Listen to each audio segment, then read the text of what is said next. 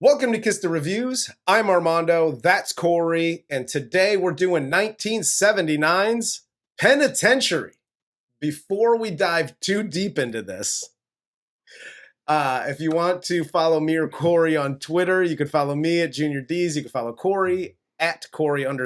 And if you want to follow the show, you could follow us on Twitter, Instagram, and TikTok at Kiss the Reviews. Let's get into the cast of 1979's Penitentiary.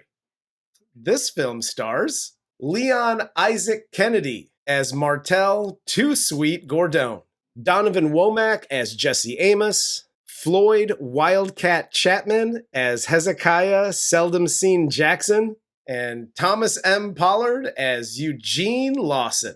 If I'm ever in a movie, it's going to say starring Corey Poncho Poncherelli Idol, because I will also demand that my nickname is in the film. Yeah, I'm right there with you. I don't know what my nickname would be outside of Junior D, but that's boring. I want like a cool nickname, like Hi-Fi, Wilbur Hi-Fi. Fuck yeah. That's a badass name. Give me some Hi-Fi. That's what I want. I would not want the name Too Sweet, though, going into prison. Because this body called Too Sweet, well, everybody's going to have a cavity before that motherfucker. It's lunchtime. Like, when he gets to prison, and we'll obviously get into it, like, you don't know, like, people call him Martel and Gordone and whatever, but it's not until, like, he chokes dude out and he was like, "This is sweet pea, motherfucker." It's like, yeah, keep that shit to yourself, bro. Yeah. Keep that. And first of all, listen, I don't care where you are. No self-glossing. No, you don't just come up with your own nickname. Like, I'm too sweet, motherfucker. Like, no, you're not. No. Who calls you that besides you? When you make half dead almost all the way dead. That's when you can name your own nickname. That's the prize you get. That's fair. So let's jump into this thing. So this movie, and here's the IMDB description. We don't typically do this, but for those people out there like me, and I'm assuming you as well, who have never seen this movie, we're talking to you, white people. Exactly. So a hitchhiker named Martel Gordone gets in a fight with two bikers, not one, but two, over a prostitute, and one of the bikers is killed. And then he is arrested, sent to prison, where he joins the prison's boxing team in an effort to secure an early parole and establish his dominance over the prison's toughest gang. There is a lot of establishing dominance, but it's not done through boxing. They're leaving out a hefty amount of shrape that takes place in this movie. There's a lot of forced fellatio that they're leaving out of this IMDb description. Yes. I'm very thankful. I am very thankful that I saw Oz before I saw this, because this to me was like a walk at Disneyland. Oh, absolutely. After suffering through season after season of Oz. Absolutely. Like, I'm good. This was tame. Yeah. So let's jump into this. So as the IMDb description says, it opens with a couple of dudes riding dirt bikes and staring down a hitchhiker, and who's like sleeping in this like makeshift tent off the side of the road in like the desert or whatever. He's waiting on a foot massage from Johnny Sixtoes. Yes, but Johnny Sixtoes never shows.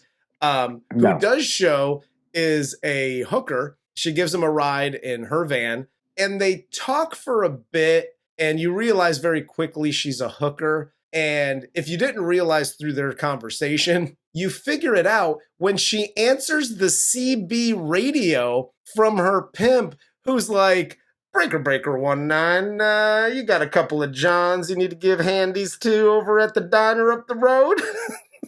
Like, This is some this was 79. This was some like new age pimp shit here. This was my favorite scene when she picked up the CB receiver. And for those of you who don't know, a CB was kind of like a cell phone back in the 70s. It's what truckers like to use to communicate before kids got their hands on them and like to pretend that they were truckers and then got molested. Yeah, dude, this is some Heidi Fleiss next level shit. This is and Bubba it's really Fleiss. disappointing that she's going to meet like just two fucking honkies in a fucking bar. Yeah. Like that kind of system, she should be meeting like Anthony Weiner in his Washington, D.C. offices. Hell yes. She should be a human humidor right now for Bill Clinton with this kind of operation that she's running. Hoo-ah! Flash forward to the 90s. She had those Nextel with the little walkie-talkie buttons going on. So they get to this diner. They make out a little bit. They go into the diner. She sees the two dirtballs that apparently want handies behind the dumpster. And she gets into like a little back and forth with them. She gives them a few jabs. And then they get up and they physically try to give her a few jabs. Too Sweet jumps in and he tries to help, but he gets knocked out from behind. While Alice behind the counter is screaming like, "Kiss my grits, I'm gonna call the cops." And he gets knocked out.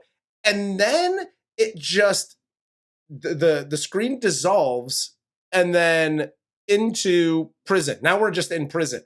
Corey's life lessons. Hi, people getting rides from hookers. It doesn't matter if you slept in a tent in the desert the night before. It doesn't matter if she offers you a freebie in the back of the van. Don't mouth kiss a hooker. Ever. What the fuck are you doing? Matter of fact, best advice. Don't kiss a hooker on any part of her body. Her job is to kiss parts of your body, and none of it should be in your face. Yes. You want to know how people know you're with a hooker? Have fucking bumps show up from here to here. That's how it happens. You were right. Also, hi, hookers. If your Johns that you show up to meet are not, nice to you, you're a hooker. Quit fucking talking shit to two guys because they're going to beat the shit out of you. That's usually what happens. Just stop. All you had to do was walk away. We'll get you a freebie from somebody else, sugar, and walk the fuck away. It's called customer service, ladies. Be a proper type of hooker. It goes a long way. Too Sweet doesn't show up for like 3 or 4 more scenes. Mm-hmm. You're in the prison, and this is the 70s shit. Like, all right, guys, we're in the prison. There's no script. Wild the fuck out, because we get in there and these scenes are preposterous. It's shit is all over the place. You got dude walking around with the cigarette sticking out of his ear. And first off, don't you ever disrespect old dirty bastard like that again. Well, you got ODB, and then you got Grady from Sanford and Son going crazy and fucking with the new meat, Eugene Lawson, who just got in there. And I will say this about the character Eugene Lawson in this film. Mm-hmm. Nobody in the history of film, like of prison films, has ever looked more like new meat than this dude. He, you can smell it through the TV. You're like, oh, that dude just got here. He still smells like nice soap. You could put me and Eugene next to each other in the lineup, and they'd be like, that guy is new fish. Let the white boy go. So we then cut to, here's the other part. We then cut to outside in the yard, and now you got Too Sweet walking around, and everybody's talking to each other. And if I'm not mistaken, did I see a live prison band with live instruments in the yard? It's just what happens, man. It's the 70s.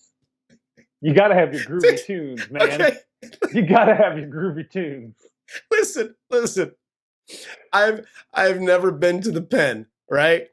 So I don't know if this is a real thing from the 70s. So if there's anybody out there that's watching this right now that has been locked up at some point in the 70s, maybe even the early 80s, let me know if there was ever a live band, like full live. They had keys, bass, guitar, drums. They had a whole day. It was like Earth, Wind, and Fire. There was like 37 people in this band just jamming the fuck out. Yeah. Hey, hot tip, bro. This is how you cut an album over the phone back in the day.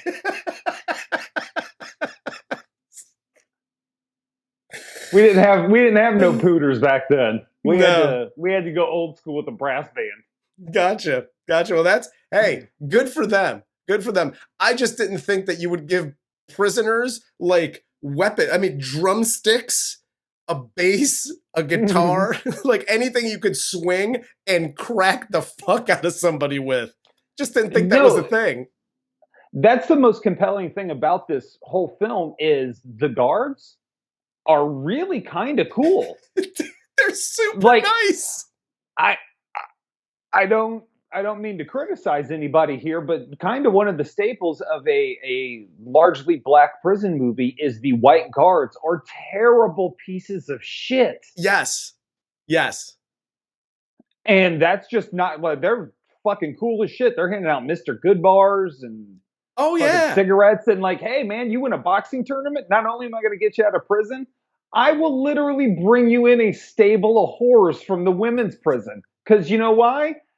Fucking 70s, bro. AIDS don't exist yet. Let's get it on. I guess. Amazing. And this is where Too Sweet Sally, half dead, tells him about the boxing tournament coming up. Asks him if he fights, if he works out. And he also gives Too Sweet some advice to start working out because shit can go sideways in there. And we see that in a goddamn hurry. A lot of people's worlds get topsy-turvy real fast. real fast. Typically right around lights out is when you get a dick in your mouth. Later, after lockdown, Too Sweet doesn't get a dick in his mouth, but Too Sweet and Half Dead get into we'll call it a bit of a rustle-tussle here. I refuse to call this a fight because it was too long, too horribly acted, and too boring to be considered a fight. But that's kind of what 70s movie fights all look like to me. Regardless whether the fight's good or bad or whatever, 70s fights, just play this. This is what every 70s fight looks like to me. Yeah, they can't all be the fight from They Live. It's just not what happens. No. But I will say this. This is what I found incredibly entertaining is this prison cell is the fucking clown car of prison cells because the weapons they are pulling out to use, they have fucking milk crates and pipes, rebarb, and fucking like 6 foot long pipes that they're like pulling out of mattresses. It's like, bro, how are you fucking hiding that? Yeah. Once again, this is like a fucking prison in like Europe. It's so fucking chill. Like, oh yeah, you want to have a milk basket in here? You can have a milk basket. It's fine. For breakfast, we'll do something cool, like have a cigarette and like a bar of chocolate. After talking to Eugene about not being anyone's jailhouse pussy, Too Sweet gets into another fight with Amos, and they both get sent to see Lieutenant Arnsworth. He tells them no fighting until the boxing tournament, and then asks Too Sweet to join the boxing team because of the fringe benefits with the parole board and whores. And this is where you really get to see, like, when you see the guy, okay, now you got Amos and Too Sweet, they're sitting in the office, and you have the lieutenant behind the desk, and he's, the typical big, fat, dumpy, like, Texas warden type. And you're like, oh, he's going to be super racist and a real piece of shit. And he's a goddamn sweetheart. Oh, yeah. He voted for Carter. 100%. He is very chill about kind of everything. Everything.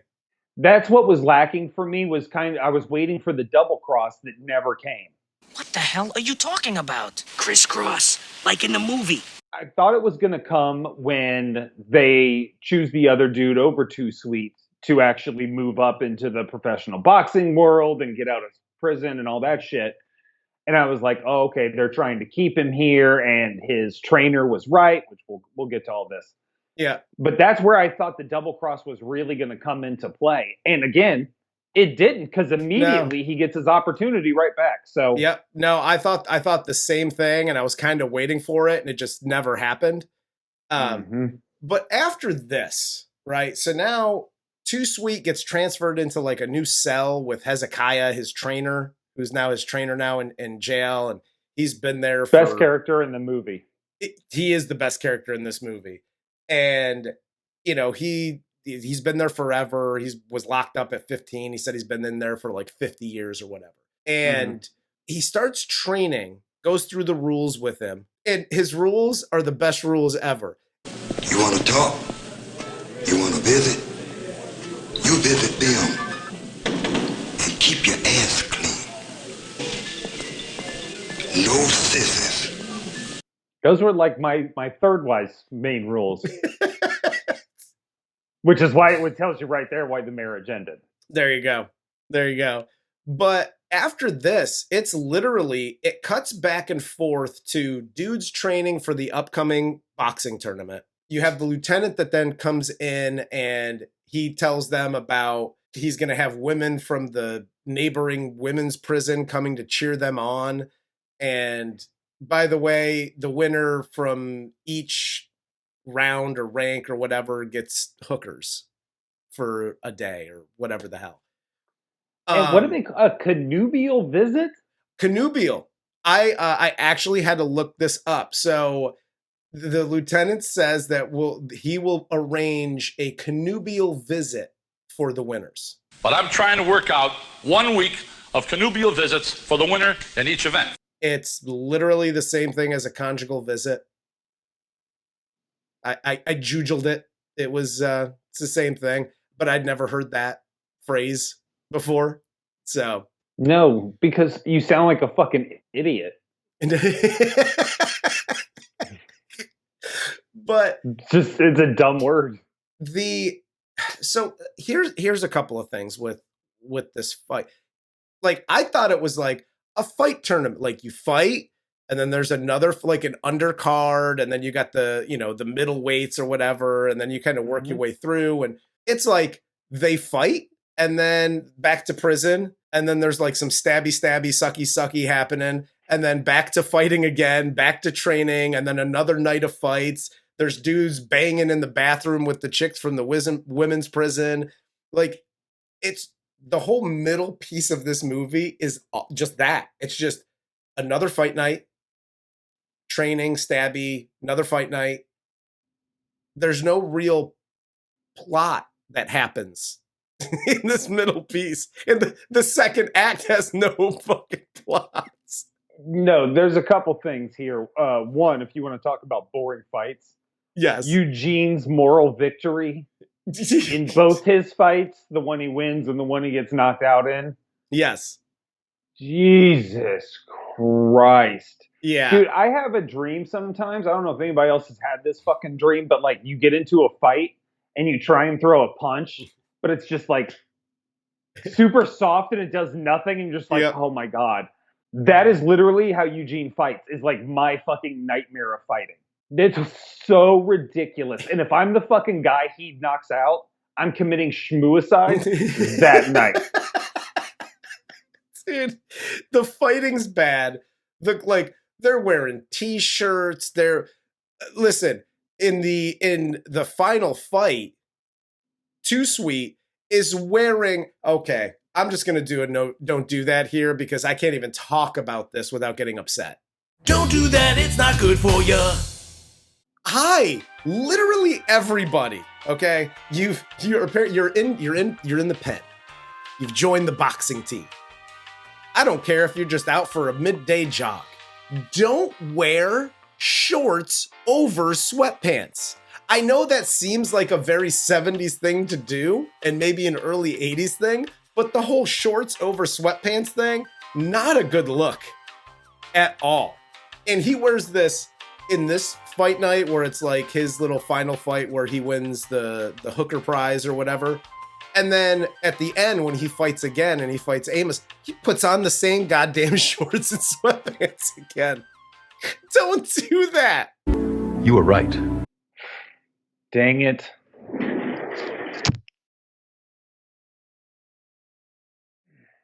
Well, A, thanks for coming back. B, I hope you burned those fucking shorts and sweatpants. I changed it. With that said, we get this last fight with Too Sweet.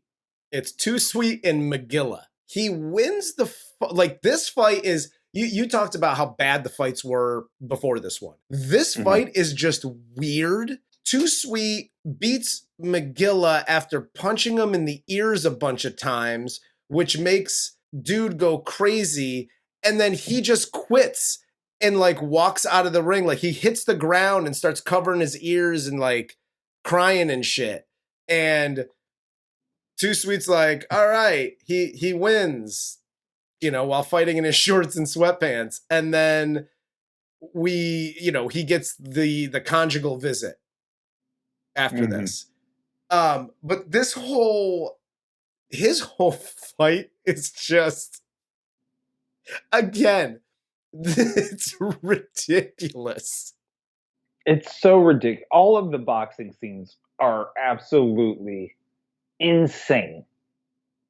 They're so bad, and I get it. Different, if it's film, you're typically using one camera as opposed to television. You may have three, so maybe you get used to having a couple different cameras, and this you can capture the different angles, edit it together. It all looks a little bit better. Yeah. This was not that. No. This was so bad. And it's just like they didn't have the time or the money to actually get different shots at different takes. It seems like this was just one take, cut, move on. Like there was no, can I get another? Yeah. When I did the shorts bit, I took 2 takes. That's how...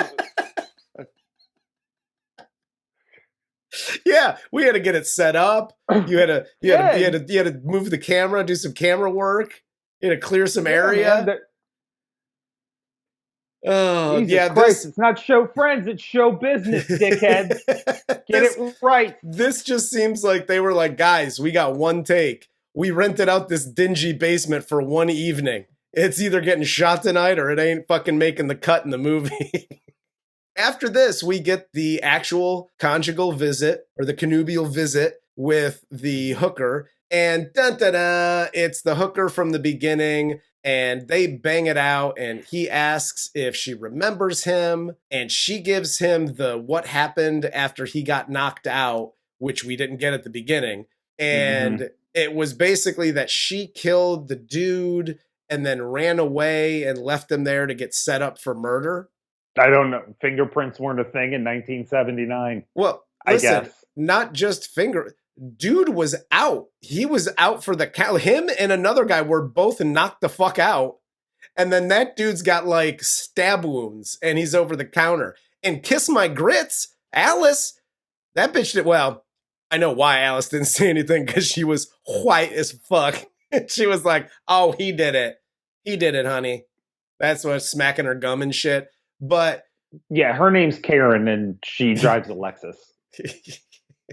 So Too Sweet after this just gets pissed and then just walks back to his cell. No repercussions for this at all. Linda the hooker stays in her van and she cries for about 4 seconds and then leans over and uses the rotary phone in her van to call into the prison to have them send out another dude? I don't think she was in her van. I think she was just in a trailer on the prison grounds. That bitch was in her van. She had a rotary phone in her van. Jesus Christ. I'm telling you, that bitch, she was in that van and she had a rotary ass phone. No cell phones. I'm like, I don't even know how this phone works. Dude, is she Apollo Creed? Who the fuck is rolling like that in the fucking 70s? She had her fucking puke green fucking rotary phone right next to the driver's seat. She was like, ring, ring, Lieutenant, send out another motherfucker. If you got that kind of money in the 70s where you have a rotary phone in your fucking van, you're only a hooker if you like it. Like, you're just like, I think it's fun, and they got a good dental plan here. Like, oh, dude, she's got the hookup. She's got the CB. She got a rotary phone. She got a fridge in the back. They then cut to Half Dead in Amos's cell, talking about him killing Too Sweet. And then Too Sweet walks to his cell, and Half Dead is waiting, and then he pops out to stab him, and Eugene steps in the way, and he gets got. And then Too Sweet beats up Half Dead and the other dude while Hezzikia pulls Too Sweet off. And there's like this whole weird, like, this should be kind of emotional. Like, Too Sweet helped Eugene, and then Eugene stands up for himself to Amos, and he's like, there's going to be no more dick sucking in this cell because he got knocked out and he gets confidence or whatever. And no, quite frankly, that's not what he said. What he just asked for is to call him by his Christian name and not call him Genie. Because when he's sucking that dick tonight, he would rather feel like a man. There you go, Eugene. But yeah, Suck that dick, Eugene. It doesn't sound any better. You still got a dick in your mouth. Is it possible this story is true? Yes, it is. Too Sweet here then goes to Eugene. They share a moment before Eugene dies. Too Sweet then steps to Amos, and he tells Hezzikia to call the lieutenant and tell him if he wants rumble, we'll give him rumble. Oh, shit. Shit just got fucking real. Holy shit. Yep. So Yo. I guess he want rumble, he get rumble, and then we cut to the next boxing match, which is the unscheduled boxing match between Too Sweet and Amos. And Too Sweet still shows up in his shorts and sweatpants, ready to fucking go. If I'm the fight promoter, brother-in-law guy, I'm like, Yes. Hey guys, fuck your personal vendetta. I just got this guy out of fucking prison to make a shitload of money off of him in the fight game. Allegedly, because we find out later that he actually lives with the fucking lieutenant guard guy. Yeah. So he's not that great of a fight promoter. I'm suspect of this whole thing. It sounds like these guys are getting shipped to Epstein Island. Yeah. Or Paula Dean's fucking compound. I'm putting a stop to all of this. If I'm the fight promoter brother-in-law, I'm like, God, there's no fucking way you're damaging this dude. Like, it ain't happening. He's an actual boxer now. Yes. We go make money for boxing, not settling vendettas over Eugene. Yeah, no, and I will say this.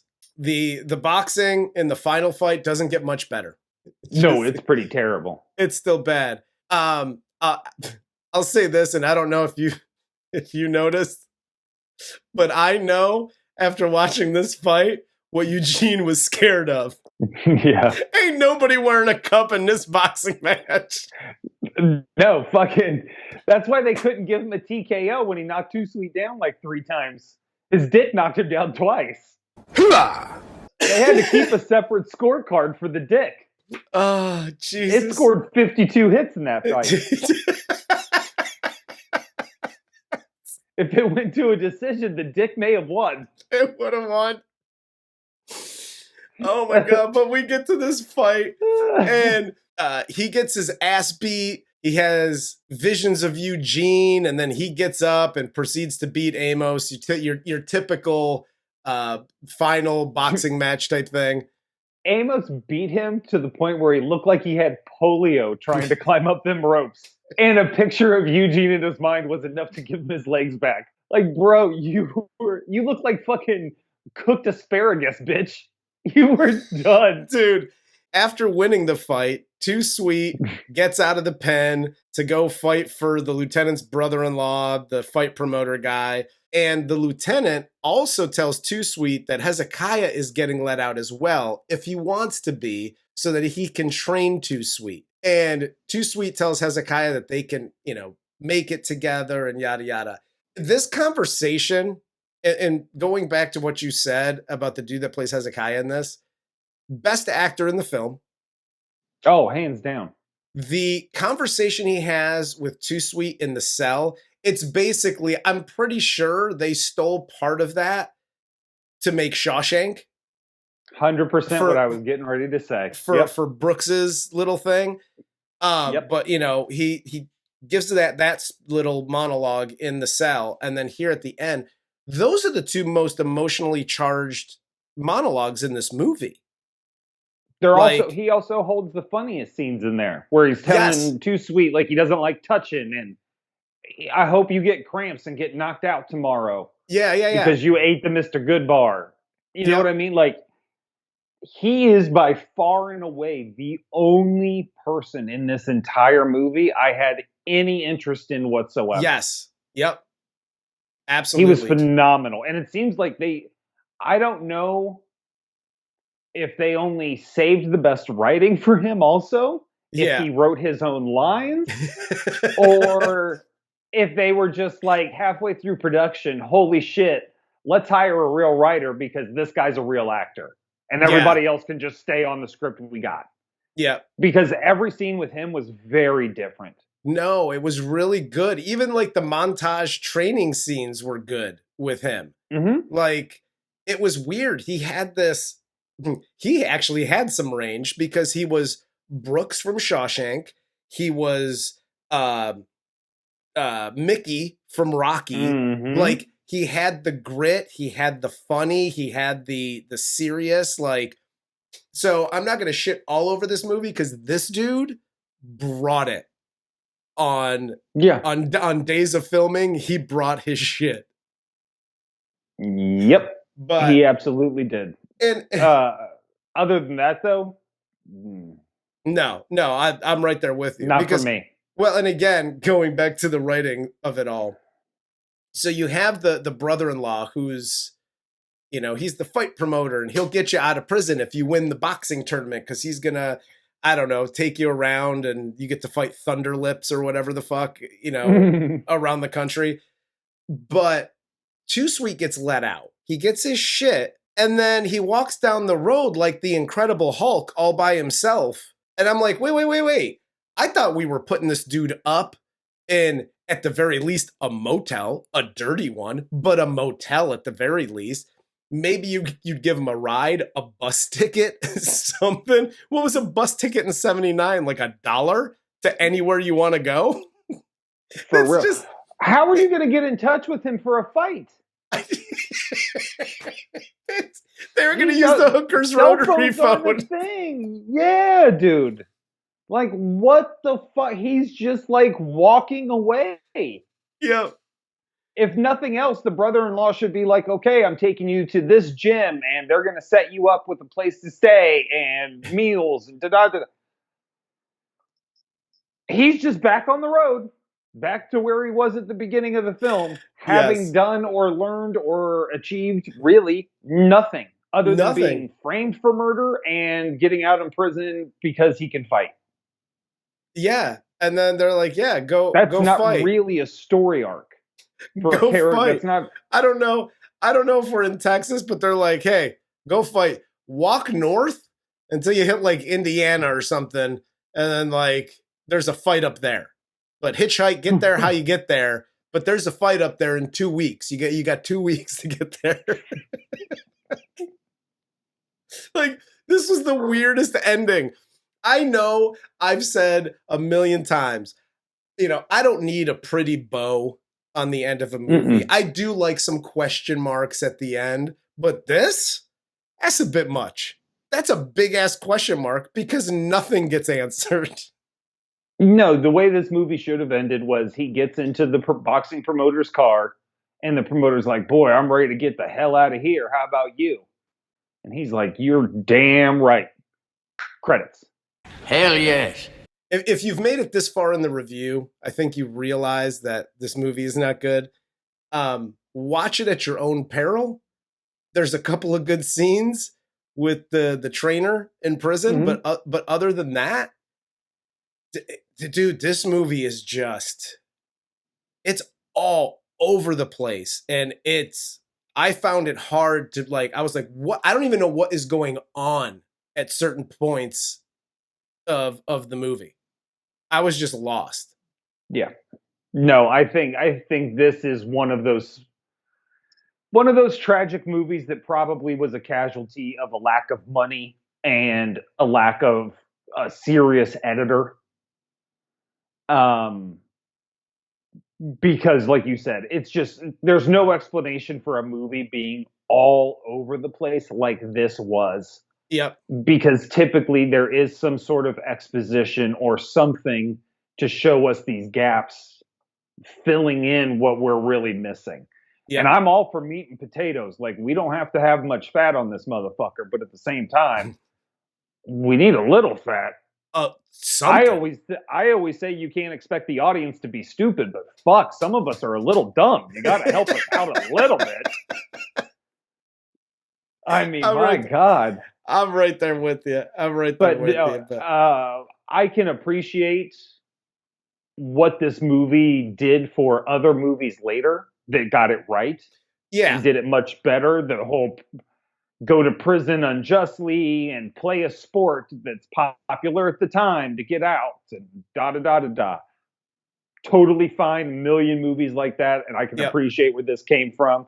I can appreciate Hezzikia, his trainer. He was dope as shit. But other than that, yeah, even the soundtrack wasn't good. There was really no humor to it. Yeah. It seemed like it wanted to be gritty, but again, the biggest problem for me is there was no double cross or no bad guy or opposition from the guards. The guards were more like a friend. That was his best friend in the fucking pen, was Hezzikia and the guard. Yeah. That's bullshit. No, That's totally just not agree. how we do things. That's not how it's done. That's not how we do things in American prison, God damn it. I don't like it. Fat, racist, stupid, rapey fucking prison guards. Yes. That's how we do it in America, constantly preaching about Jesus. Absolutely. While holding a shotgun over your shoulder. You were right. I don't have anything else. You got anything else for this? No. All right, get your fucking shorts and your sweatpants and go jump off your roof now. With that said, for Corey, It was harsh. It was harsh, and I don't care. That's how much I hate shorts and sweatpants. Hey, I die, you lose like fast food money for the month, asshole. Yeah. You know what? You are right. I do need my 2 Big Macs every month. So I'm a revenue stream, dickhead. Keep those requests coming in, folks. So on that note, for Corey, I'm Armando. This is Kiss the Reviews, and this was 1979's Penitentiary.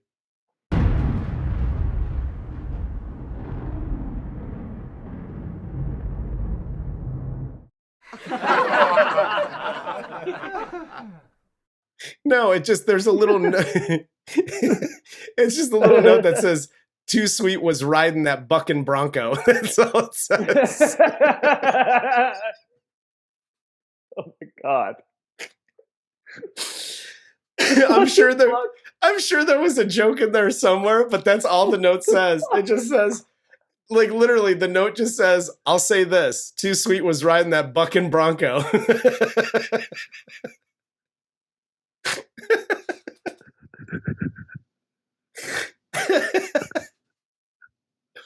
I wish I saved some of these notes. Oh my God.